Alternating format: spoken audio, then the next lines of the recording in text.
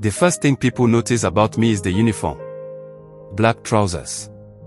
Black jacket. Security badge clipped to my chest like a quiet apology. I stand by the entrance of a convenience store most nights, pretending I'm watching the cameras, pretending I'm alert, pretending I still know exactly how I ended up here.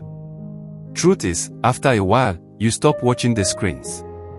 You start watching yourself. The automatic doors slide open and shut all evening. Cold air rushes in. Warm air leaks out. People come and go with energy I no longer recognize as mine. Teenagers laughing too loud. Kids trying to look older than they are. Eyes darting. Hands slipping things into pockets, into sleeves, into places they think adults don't notice. I notice. I always notice. Sometimes I stop them. Sometimes I just watch them leave. And every time I see their backs disappear down the street, something in my chest tightens. Because I know exactly where a few more bad decisions can take them. I'm standing there. What hurts most isn't the job itself. It's the silence around it. The way no one ever dreamed of this life for me. Especially not my parents. They came to the UK carrying hope in suitcases heavier than anything I've lifted since. Hope that their children would live easier lives. Hope that sacrifice would turn into something visible. Something measurable. Something they could point at one day and say, it was worth it. I arrived when I was 9. Old enough to remember Africa clearly. Young enough to forget pieces of myself trying to fit in here. I remember my mother's hands. Always tired. Always busy. Always doing more than her body asked of her. I remember my father coming home late, shoes dusty, eyes quiet. Never complaining. Never explaining. Just moving forward because stopping wasn't an option. They worked jobs that swallowed them. Night shifts. Early mornings. Double shifts stitched together by necessity. They didn't talk much about dreams. They talked about survival. About education. About discipline. They believed in the future with a seriousness that scared me. At school, I learned something else. I learned that being black came with questions. Questions that sounded harmless until you heard them enough times. Where are you from? No, where are you really from? But originally, it didn't matter that my accent was polished. That I spoke like everyone else. That I'd lived here longer than I'd lived anywhere else. There was always a pause. A slight tilt of the head. A reminder that belonging was conditional. So I tried harder. I learned how to blend in. How to laugh at jokes I didn't find funny. How to shrink part of myself that felt too loud, too foreign, too much. I stopped listening when my parents spoke about patience. About long-term thinking. About choosing the harder right over the easier now. I wanted acceptance. I wanted to be seen. I wanted to feel like I wasn't always explaining my existence. Youth has a way of convincing you that time is endless. That mistakes are temporary. That consequences are negotiable. I told myself I'd figure life out later. Later came faster than I expected. Years slipped past quietly. School ended. Opportunities passed. Some were missed. Some I never even recognized as opportunities. I chased comfort instead of growth. Approval instead of purpose. Belonging instead of becoming. I worked jobs that paid bills but never built futures. I told myself it was fine. That stability mattered more than ambition. That everyone moves at their own pace. And for a while, that lie was comfortable.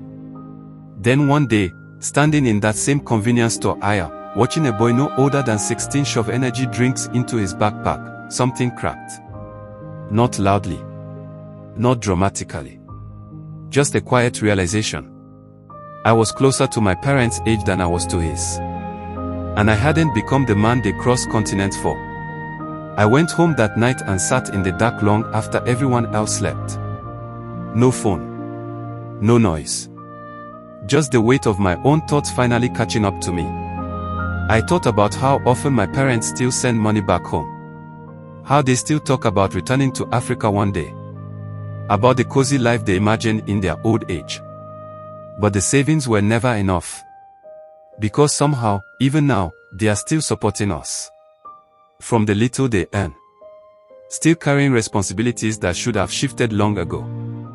That's when the guilt settled in properly. Not sharp. Not explosive. Heavy. I started noticing patterns everywhere. In myself. In my friends. In the kids who walk into the shop acting invincible. The same hunger. The same impatience. The same belief that consequences only happen to other people. I didn't confront anyone. Didn't lash out. Didn't suddenly reinvent myself overnight. I just became quieter. I listened more. I thought more. I replayed moments from my childhood I dismissed too easily.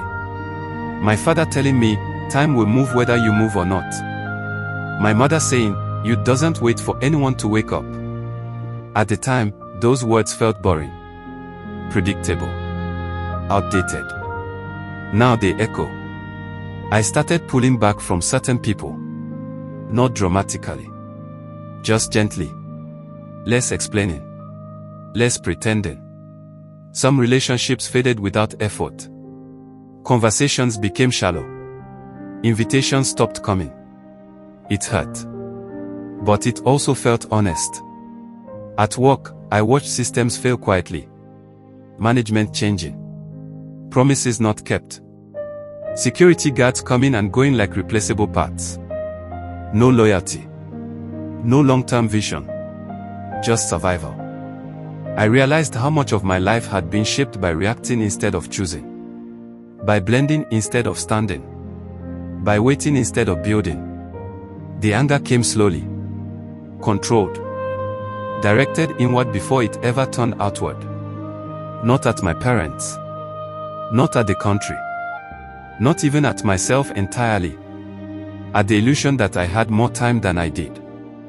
Then my children came along. And nothing exposes your unfinished work like becoming responsible for someone else's future. I saw myself in them. Their questions. Their confusion. Their need to belong. I saw how easily patterns repeat when they are not interrupted. And I felt fear, not panic, but clarity. I didn't want to stand in the same place 20 years from now, watching another generation make the same quiet mistakes. I stopped waiting for motivation. I started choosing responsibility. Not loudly. Not for applause. Just consistently. I began having honest conversations with myself. About identity. About masculinity. About success beyond appearances. I stopped measuring life by how well I fit in, and started asking who I was becoming when no one was watching. Some losses followed. Old versions of myself had to go. Certain dreams dissolved. Some illusions died quietly. But what replaced them was steadier. Self-respect. Boundaries. Patience. I don't pretend everything is fixed now. It isn't. I still wear the uniform. I still stand by those doors. But I stand differently. When I look at those unruly kids now, I don't judge them. I recognize them. I wish I could tell them that time doesn't pause for confusion. That blending in can cost you your direction. That youth feels endless right up until it isn't. I wish I could tell my younger self that the things I thought mattered would fade. And the things I ignored would shape everything.